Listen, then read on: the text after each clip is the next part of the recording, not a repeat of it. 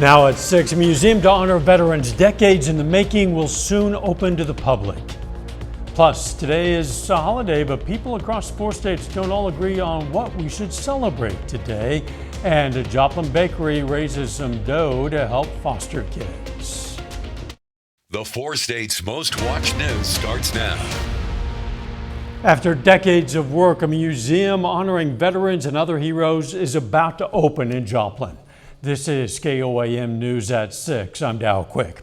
The museum is a result of a labor of love by Claire Swatosh, who served 21 years in the U.S. Marine Corps. He wanted a way to honor and remember not just members of the 4 branches of the military, but also police officers and firefighters. He began work on the museum back in 1991.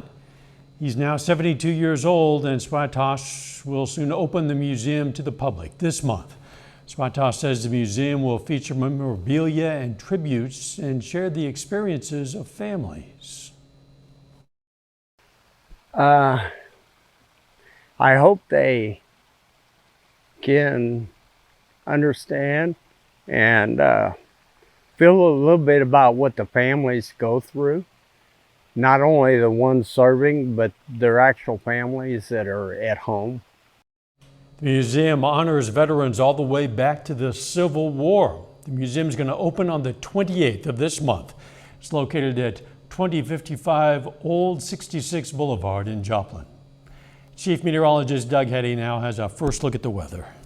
Well, it definitely turned out to be another nice day for us today. Of course, we had great temperatures all weekend long, a little bit warmer for us today, but most of us have kind of warmed into low to mid 70s, and that's pretty much where we are sitting at this point in time. We'll drop back. Of course, our evening daylight hours are shrinking up on us.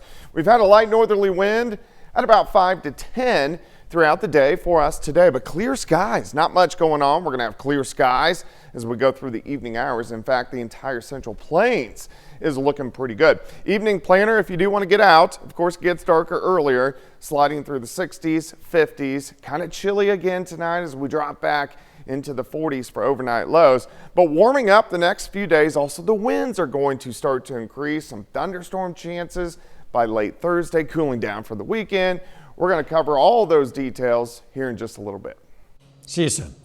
Southeast Kansas authorities have tracked down a wanted fugitive. They found Destiny Grassi at a home in Weir under a pile of clothes. Grassi had outstanding felony warrants for various meth and burglary-related charges. 3 other people, men, were also arrested at the scene on allegations of interfering with law enforcement. Whether you're celebrating Columbus Day or Indigenous Peoples Day, the nation is reflecting on our history. KOAM's Amber Jenkins spoke to some students at Northeastern Oklahoma A&M College. You're probably used to celebrating Christopher Columbus Day on the second Monday in October, but the counter holiday, Indigenous Peoples Day, is growing. I have family members that are Native, and I think I'm Native, I don't know. But it's just that most people on their day-to-day life, they don't care about Christopher Columbus Day or any other holiday, mostly. Since 2019, the state of Oklahoma has recognized Indigenous Peoples Day to honor Native Americans. The Sooner State is one of 20 states to adopt the holiday, with Texas being the latest in 2021. Students at NEO are trying to understand the nuances in celebrating Indigenous Peoples Day versus Columbus Day. Like they said, they're just saying that because we don't have the day off and stuff, and to the Native people, it's probably a really important day to them. But if we had this day off and stuff and a bunch of that stuff, I bet people would care about the holiday just because we have the day off. I have many advantages for being Native American, and they have helped me so much with my scholarships and with just in general. And for some students living in Oklahoma, it gives them a chance to learn more about Native culture. Yeah, I've never been to a state that was so Native dominant. First of all, I've never met so many white Native Americans, and that doesn't matter, but it's just, I've never met so many. Reporting in Miami, Amber Jenkins, KOAM News. Some Native tribes in northeastern Oklahoma are also planning powwows this coming weekend to celebrate. Joplin Baker celebrates the adoption of 2 more kids by donating more than $800 to Fostering Hope. Farmhouse bakery owner Hannah Jack announced that 10% of all sales during the adoption week would be donated to Fostering Hope. She also encouraged customers to tip generously, promising to match their tip amount out of her own pocket. I think we about doubled our normal sales on Thursday last week, which was super cool because we were like celebrating our adoption that day, got to finalize it, and so like I wasn't even here for most of the day, but people were just coming in, and like I came in and there was like two $50 checks in the tip jar. Jack encourages community members to consider ways they can help foster families, especially as we get close to the holiday season. A lot of folks drop off clothes and other things in those donation bins located around the area, but what happens to those items next? Charmel Odell shows us where your donations go. Where your donations go depends on the organization. Restoration of Hope owns its bins, and any clothing drop-off go directly to others. But other nonprofits may not operate the same way. Convoy of Hope bins are actually owned by third-party companies that resell or recycle the clothing that you drop off. Now, they tell me that only a certain percentage of that profit actually goes to Convoy of Hope. The quality of the merchandise that comes in, very often it's in terrible shape. It's not great clothing, and therefore it needs to be either trashed or recycled. So that what this company does is take that to be recycled rather than just dumped in a landfill. Ethan adds Convoy is upfront with anyone who wishes to donate. He urges if someone has nicer clothes to give, they donate them to another local organization that gives those clothes directly to people who need it. There are a lot of businesses, charities in the four-state area that will take donated clothes and items. A quick Google search will give you a list of those places near you. Coming up, the war in the Middle East takes place far from home, but some are feeling the impact right here in the four states. And later, Brock has the highlights from the MIAA Performance of the Week. That'll be coming up in sports. It's a great day at Continental Siding. Savvy shopper. The war in the Middle East is taking place a world away, but as you would expect, this latest conflict is causing a lot of stress for those in the four states with friends and family in that region. Joe Hickman has more. Jews have always been a part of Missouri history. The earliest Jew that I can account for in Springfield was Ludwig Ullman, who was a surgeon for the Union Army. Mara Cohen Ioannidis is a professor emeritus from Missouri State University, who's written 2 books on the history of Jews in Missouri and Springfield. And as a woman of Jewish descent herself, with family and friends in Israel. I am horrified. I am in shock. I am terrified. Not only because of the atrocities overseas, but also because anytime something like this happens, there is an uptick of anti-Semitism in the United States. As the president of the Midwest Jewish Studies Association, she also is very familiar with Israel's many past wars and terrorist attacks, and says this one is the worst she's seen. People are being taken hostage, that children are being kept in cages, that women are being raped. This is wartime level atrocity, and it's gross and disgusting. I fear for Israelis. I fear for Palestinian civilians, because the level of vengeance that's going to be meted out is going to be awful. They have created another generation of people who are going to live in fear and hate. Another Missouri State professor, David Romano, just returned from Israel in May, where he and 9 students took in the sights of the country, like the Dome of the Rock in Jerusalem. Now, there are air raid sirens going off. These are all places we have been to, and of course it feels very real and immediate. I'm sure the students feel the same way. As an expert on the Middle East, Romano agrees with those who say it's the equivalent of 9/11 for a country that's the size of New Jersey. In per capita terms, it would be as if 20,000 Americans were just killed in terrorist attacks. Israelis have not seen this kind of scenario where armed enemies are going house to house in civilian communities and shooting people at point-blank range since the 1948 Civil War. And Romano predicts it will get worse because in addition to Israel's bombing of the Gaza Strip, they're also taking away services they provide to that area. Israel used to deliver food, water, and electricity to the Gaza Strip so that the population there would at least have the bare basic minimum.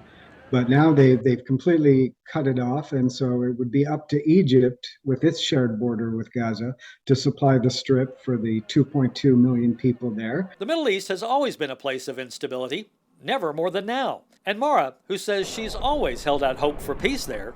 But after the last few days, I'm not holding on to that. And that makes me sad and physically ill. The death toll on both sides has now soared to more than 1,500. A little bit later, some lucky Kansans have unclaimed Powerball winning tickets out there. One is worth more than $1 million.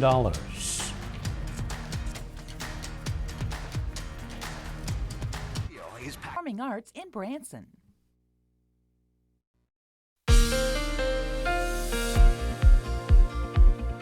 Well, of course, it turned out to be a nice Monday for us today. We had quite a bit of sunshine across the region. Temperatures a little bit warmer. Still looks good right now. This is a nice shot. Indigo Sky Casino and Resort. And you can even see the trees starting to change colors just a little bit. We usually hit our foliage peak around here around the first week of November, so in about 4 weeks or so. So you're going to really see a lot of changes over the next 4 weeks. All right, lower 70s in Missouri, then you get into mid 70s once you get out across Oklahoma and Kansas. Let's go out 7th and Rangeline sitting at 73, north winds at about 5 to 10. But if we broaden the horizon here, our coolest air that we saw all over the weekend now starting to shift off toward the east. You can see the southerly winds. There's a front down through southern parts of Oklahoma, a warm front that's going to head toward us, and that's going to do a couple things. One, it's going to warm us up, and then two, it's going to increase the winds as we go into the middle of the week. If you are getting out this evening, sliding back through the 60s, 50s, eventually into the 40s, once again later on tonight, but nothing on the radar. We are clear. The entire Central Plains look actually really good, but we are tracking our next storm system starting to push into the Pacific Northwest, and you can see it spinning out across the Gulf of Alaska, but this system is going to dive in and change our weather up once again as we go through the second half of the work week. Let me walk you through time. We're going to stop this tomorrow morning at about 6:30 in the morning. It's going to be chilly, 43 in Fort Scott, 48 Monette, 48 in Veneta. As we go through the morning, mostly sunny skies. The winds now out of the southeast, near 70 by noon. I think most of us will get mid to upper 70s for highs, about 77 across the region. You can see some clouds. We can't rule out a random shower in our northern counties tomorrow evening, but everybody else will stay dry. Now, with the southerly winds increasing tomorrow night, we don't really drop off much. We stay in the lower 60s, so it's going to be a mild night.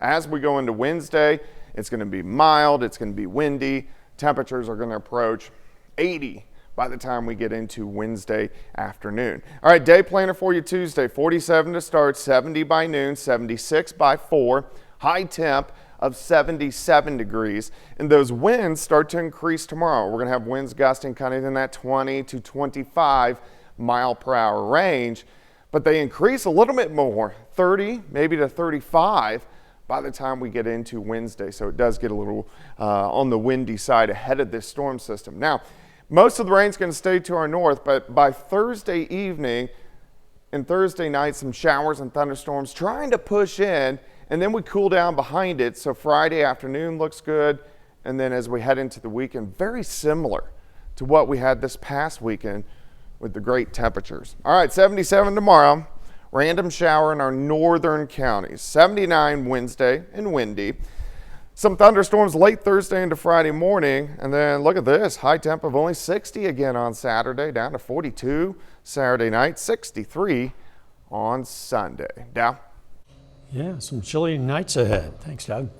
There are some winners out there who need to claim their Powerball prizes if they bought tickets in the eastern part of Kansas. Maybe you. While the Powerball now stands at $1.55 billion, another $1 million prize was won in Kansas.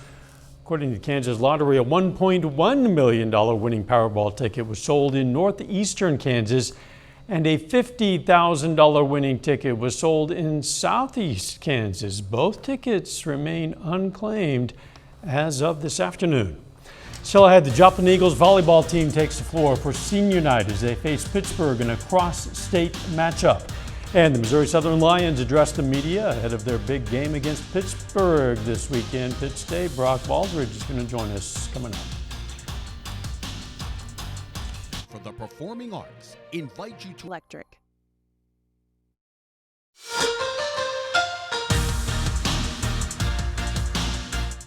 Well, the Missouri Southern Lions came off of a disappointing loss on Saturday versus Fort Hays State. However, Lions have a quick turnaround as they prepare for a big game at home versus number 3 Pittsburgh State this Saturday.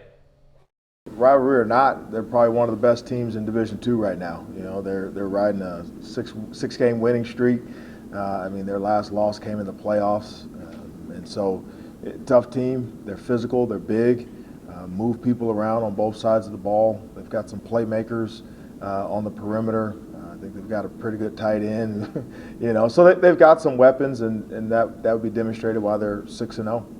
And, you know, we're very excited. At the end of the day, it's another opportunity for us to go out there and showcase our skills. But I'd say as a team, we're more focused on us, you know, and just having a good focused week of practice and going out there and playing our best football. Sticking with Missouri Southern football, the MIAA announced that they have named sophomore linebacker Zach Bergman as Defensive Player of the Week. Bergman led the Lions with 12 total tackles and also picked up his first career interception in Saturday's game versus Fort Hays State. So coming in, I was a 200-pound safety out of high school, you know. So I've gained about 30, 35 pounds since then, and my biggest thing hasn't even been that weight, it's been learning. I've got a group of great coaches here that have allowed me to learn this game really well, and just the progression of the game and how to read different pulls or whatever, Y swipes, everything. My progression's improved that way more than anything, and I credit to all the coaches, and that has really helped me play. Last year I got quite a bit of snaps against Pitt State, so I know what they're bringing. I know they're a great team, but I also know we have playmakers that can make plays to counteract them. Well, it's the last week of high school volleyball for the regular season, at least, in Missouri. And tonight, we had a cross-state matchup between two of our local high school teams. The Joplin Eagles are home tonight facing the Pittsburgh Purple Dragons. Tonight is senior night, so you haven't been to a game all year, might as well go out. Joplin will honor the seniors who take the floor for the final time. This match is just about to get underway with a 6:30 start time. We will have all the highlights from this match right here on KOAM tonight at 6.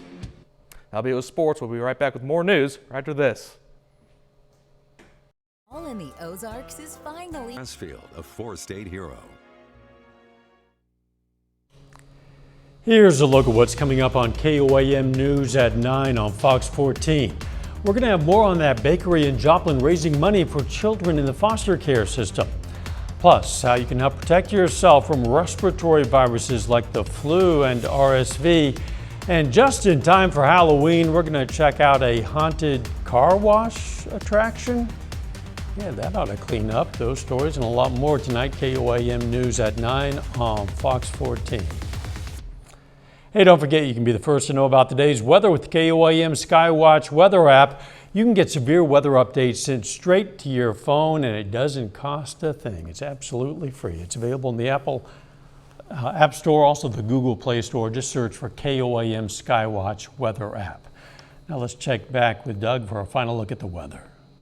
Well, it's going to be another chilly night for us tonight as we drop back into the upper 40s, but a little bit warmer tomorrow, 77. Could be a random shower tomorrow evening in our northern counties. Most of us stay dry. The winds start to pick up near 80 by Wednesday. Chances for some thunderstorms Thursday night into Friday, and then cooling back down for the weekend. Doug, thanks. We're going to leave you with another look at the Heroes Museum in Joplin. Again, the grand opening will be on October 28th. Thanks for joining us. We'll see you right back here at 10. Let's make it a great evening.